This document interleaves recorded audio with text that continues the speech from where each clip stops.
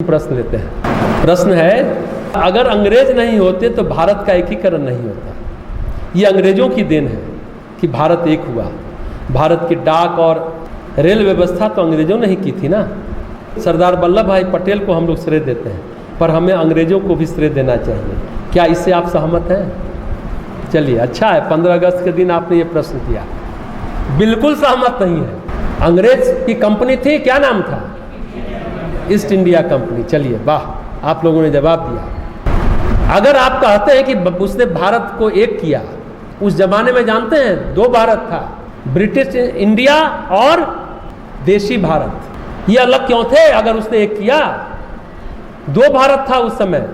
जहां ब्रिटिशर्स के नियम चलते थे वो था ब्रिटिश इंडिया, और जहां देसी राजे रजवाड़े के नियम चलते थे वो था देसी भारत, जिनका कानून चलता था। फिर ये दोनों अलग अलग क्यों थे? क्योंकि अंग्रेजों का मकसद था भारत को लूटना, भारत को चूसना। जो देसी राजा अच्छा पैसा देते थे, उनके साथ जो समझौता कर लिए थे अंग्रेज के साथ, उस पर वो अपना कानून नहीं लगाते थे। आज जो नहीं देते थे उन पर अपना कानून लगाते थे। रेल लाइन चलाई, क्यों चलाई? इसलिए नहीं चलाई कि हिंदुस्तान को सुविधा हो, हिंदुस्तानियों को अपना व्यापार बढ़े, हमारा आना जाना सुगम हो, उनके माल की ढुलाई हो, उनके सामान, उनके कर्मचारी का आवागमन सही तरीके से आसानी से हो सके, उनका बिजनेस फलता फूलता रहे। अंग्रेजों ने अगर कोई साधन जुटाया तो उसमें भारतीयों का हित कतई नहीं था। उनका उद्देश्य ये नहीं था, अपने स्वार्थ की पूर्ति उनका उद्देश्य था। रेल चलाया, ठीक है, रेल का जाल बिछाया, बात सही है। अब रही बात भारत के एकीकरण, भारत एक था या अनेक था, इस पर चर्चा करें। आदिकाल से भारत का एकता का जो स्वरूप है, हाँ, वह राजनीतिक न होकर के सांस्कृतिक था। आदिकाल से राजनीतिक नहीं रहा है, सांस्कृतिक रहा है। भारत के एकीकरण के सूत्र कौन थे जानते हैं? शिव, विष्णु, काली, दुर्गा। भारत के देवी देवता सांस्कृतिक एकता के आधार हैं। बड़ा अटपटा लगेगा, हम कल भी शाम में बता रहे थे। आदि शंकराचार्य ने 4 मठ की स्थापना की, 4 धाम जहाँ है। कल हमने ये प्रश्न पूछा था, अब हम ही जवाब देते हैं। कोई बोल दिया केदारनाथ, बद्रीनाथ। कौन कौन है मालूम है? कहाँ है? एक कांचीपुरम मद्रास में, एक पुरी पूरब में, उत्तर में बद्रिकाश्रम, और पश्चिम में किसी ने कल केदारनाथ कहा कि जब चौथा पता लगा के आओ, कोई पता लगा करके आया? द्वारिका पश्चिम में। 4 मठ बनाया कि दक्षिण के लोग उत्तर आवे, उत्तर के लोग दक्षिण जाए, पूरब के लोग पश्चिम जाए, पश्चिम के लोग पूरब आवे। 4 धाम कर लेगा तो मुक्ति मिलती है, ये है। और अभी ना हवाई जहाज से हेलीकॉप्टर लैंडिंग करते हैं, उस समय तो पैदल चलते थे। सभी पूरे भारत के सभ्यता संस्कृति को जानते थे। तो ये थी सांस्कृतिक एकता जो आदि गुरु शंकराचार्य ने किया। अंग्रेज ने किया क्या? सांस्कृतिक एकता की बात है ये। वैष्णव आंदोलन था, शैव आंदोलन था, शाक्त आंदोलन था। जो शक्ति के उपासक थे शाक्त आंदोलन करते थे, जो विष्णु के उपासक थे वैष्णव आंदोलन करते थे। असम जो शक्ति का क्षेत्र है ना अपना, ये पूरा भारत, देवी की पूजा ज़्यादा होती है ना, कात्यायनी है, वहाँ कौन है? कामरूप, कामाख्या, तो देवी का क्षेत्र है। यहाँ पर शंकर देव ने असम में वैष्णव आंदोलन चलाया। मतलब भारत सांस्कृतिक रूप से एक था। शंकराचार्य ने पंचदेव उपासना, कल हमने बताया, पंचदेव उपासना 2 मिनट में समझा देते हैं। 5 तत्व से सृष्टि बनी, 5 तत्व से हमारा ये शरीर बना है। पृथ्वी तत्व, जल तत्व, अग्नि तत्व, वायु तत्व और आकाश तत्व। कल ही इसकी बात हो रही थी। पृथ्वी तत्व यानी उसकी तन्मात्रा है गंध। असली गंध तो पृथ्वी से आती, परफ्यूम से नहीं आती। बरसात होती है तो जो पृथ्वी का गंध सूंघे हो तुम लोग कभी? कितना सौंधा होता है, कितना, वो वही ओरिजिनल गंध है। तन्मात्रा उसकी कहलाती है। तत्व, पृथ्वी तत्व की तन्मात्रा गंध, वो है गणपति। गणपत्य संप्रदाय, गणेश जी उसके देवता है, तो गणपत्य संप्रदाय हुआ। वो पृथ्वी तत्व मिट्टी का ढेला स्थूल हुआ, उससे सूक्ष्म जल।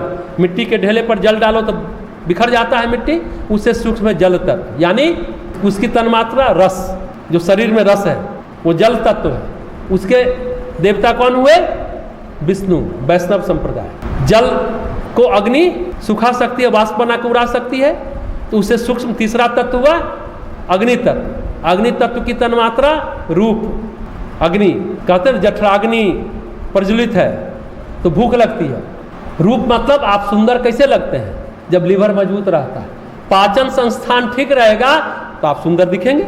शक्ति, शाक्त संप्रदाय यानी जितनी देवियां हैं, दुर्गा, काली, पार्वती, गौरी, कात्यायनी से लेकर के सरस्वती, लक्ष्मी, सभी ये शाक्त संप्रदाय, शक्ति के उपासक यानी रूप के उपासक है।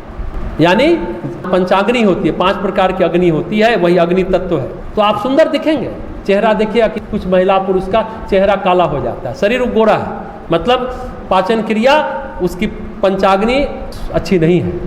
अब उससे सूक्ष्म वायु, वायु क्या है, अग्नि को उड़ा देता है, बुझा सकता है। वायु तत्व, उसकी तन्मात्रा स्पर्श, छूने का।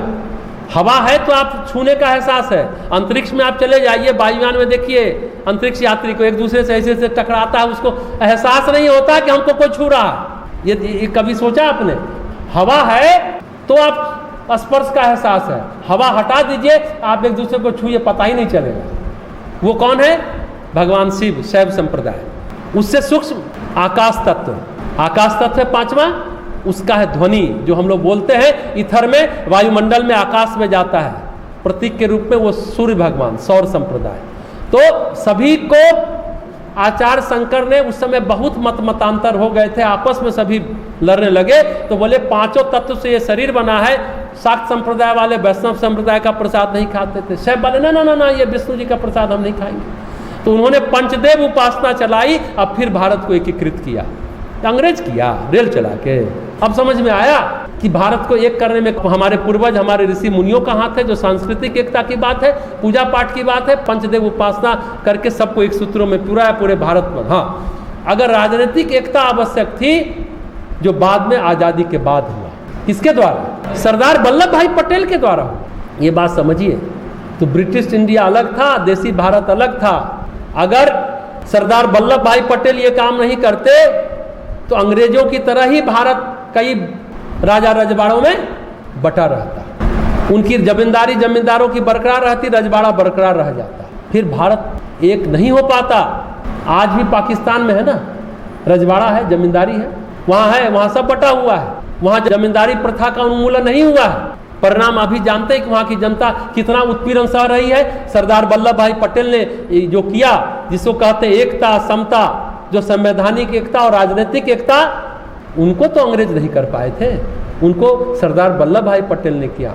अंग्रेज ने जब भारत को स्वतंत्र किया तो ये पढ़ा जा सकता है, जाना जा सकता है कि अंग्रेजों ने कहा सभी देसी राजाओं को, तुमको पाकिस्तान जाना है तो पाकिस्तान जाओ, हिंदुस्तान में रहना है तो हिंदुस्तान में रहो, स्वतंत्र रहना है तो स्वतंत्र रहो। अगर भारत का एकीकरण उनको मंजूर था तो अंग्रेज ऐसा क्यों कहते, ये कथा क्यों कह के भारत छोड़ते? पटेल ने नहीं किया। ये कहना सिरे से नासमझी है, तथ्यपूर्ण बात नहीं है, ये सच है। अंग्रेजों ने डाक सेवा चलाई, रेल सेवा चलाई, उससे कुछ अर्थों में संचार की सुविधा बनी, इसमें कोई शक नहीं है, पर ये अपने प्रशासन की सुविधा के लिए था। ये आवागमन और संचार का काम अगर किया तो अपना शासन चलाने के लिए किया, भारत के उत्थान के लिए कतई नहीं किया। अगर अंग्रेजों का एकीकरण उद्देश्य होता तो लॉर्ड माउंटबेटन तो नेहरू जी के मित्र थे। फिर बंटवारा क्यों हुआ? हिंदुस्तान पाकिस्तान का बंटवारा अंग्रेज न करते तो भारत और पाकिस्तान का बंटवारा संभव नहीं था, संभव नहीं था। ये बात गलत है कि एकीकरण अंग्रेज चाहते थे। अगर एकीकरण चाहते तो दंगा होता क्या? आपको पता है ना, आज़ादी के समय भारत पाकिस्तान के बंटवारे के समय बहुत दंगा हुआ और दंगों के दबाव के कारण ही गांधी जी ने बंटवारा स्वीकार कर लिया। ये बात समझिएगा। भारत पाकिस्तान फिर नहीं बंटता अगर अंग्रेज नहीं चाहते। और कैसा बंटवारा किया? 2 पाकिस्तान था, पूर्वी पाकिस्तान और पश्चिमी पाकिस्तान। जो पाकिस्तान पश्चिम में है, अब पूर्वी पाकिस्तान बंगाल का बंटवारा करके किया। क्यों किया? जिन्ना के साथ अंग्रेजों ने दंगा करवाया। ये बात स्पष्ट जानिए आप लोग। आज 15 दिवस से अच्छा प्रश्न किया आपने। गांधी जी बंटवारा नहीं चाहते थे। अच्छा ये बताइए, दंगा उस समय हुआ, अंग्रेजों के शासनकाल में दंगा क्यों नहीं हुआ उतना जितना बंटवारे के समय हुआ? बोलिए ना। अंतरिम राष्ट्रपति 1 साल के लिए लॉर्ड माउंटबेटन को चुना गया था, 1 साल तक। उसके बाद अंतरिम राष्ट्रपति कौन बने थे कुछ दिनों के लिए? राजगोपालाचारी। ये भी आप लोगों को नहीं पता होगा। राजेंद्र प्रसाद स्वतंत्र भारत के, गणतंत्र भारत के संविधान के प्रथम राष्ट्रपति हैं। अंतरिम राष्ट्रपति लॉर्ड माउंटबेटन 1 साल रहे और कुछ दिनों के लिए राजगोपालाचारी रहे थे। नेहरू जी उन्हीं को बनाना चाहते थे, राजेंद्र प्रसाद को नहीं बनाना चाहते थे, सब आपस में लड़ने लगा। तो जीरादेई सिवान चले आए थे राजेंद्र प्रसाद की, तब भारत आज़ाद हो गया, हमको नहीं कुछ करना है। जब पटेल को पता चला कि राजेंद्र बाबू चले गए तो उनको खबर भिजवाए, बोले ना तुम लोग लड़ो। तो बोले कि गांधी जी नेहरू जी चाहते बनने दीजिए। तो नहीं, हम गांधी जी से बात करते हैं, बताते हैं। तो गांधी जी से बात करने गए कौन? सरदार वल्लभ भाई पटेल। बोले कि हाँ राजेंद्र बाबू बनेंगे राष्ट्रपति। तब उनको खबर गया, गांधी जी ने सहमति दे दी है, आप सिवान से आ जाइए जीरादेई से। तब दिल्ली गए राजेंद्र बाबू। देखो उस समय बात का महत्व था। मौखिक रूप से गांधी जी ने अगर कह दिया कि राष्ट्रपति राजेंद्र बाबू बनेंगे तो बने। आज तो मौखिक कुछ कहता है, लिखित भी बदल जाता है भाई। लोकसभा में देखो जिधर पैसा मिला कौन सा वोटिंग होता है, क्या बोलते हैं उसको? क्रॉस वोटिंग होता है किस पार्टी के प्रति प्रतिबद्धता है, व्हिप जारी करता है, क्या क्या होता है, फिर भी बदल जाता है।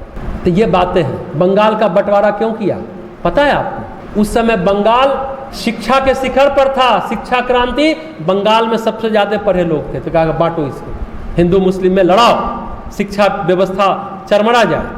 ये था विभाजन, इसलिए किया था। किसी देश को बर्बाद करना तो सबसे पहले उसकी शिक्षा व्यवस्था को बर्बाद करना। ये अंग्रेजों ने किया, लॉर्ड मैकाले ने किया।